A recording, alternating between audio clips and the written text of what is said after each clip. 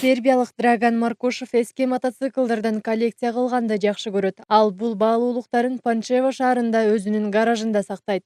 Алгачкы жолу мектепте окуп жүргөн маалда арзан баада немец маркасындагы Тюндап мотоциклын сатып алган. Андан соң BMW Harley Davidson сүлгүсүндөгү 2 дөңгөлөктүү тулпарларга жетишти. Бирок Драган муну менен эле токтоп калган жок.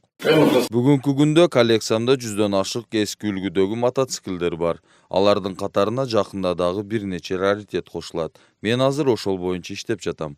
Драгандын коллекциясындагы эң эски мотоцикл Британияда чыгарылган RL 557 үлгүсү. Ал мотоцикл өткөн кылымдын 30-жылдарында чыгарылган. Андан сырткары дагы көптөгөн үлгүдөгү ретро мотоциклдер бар.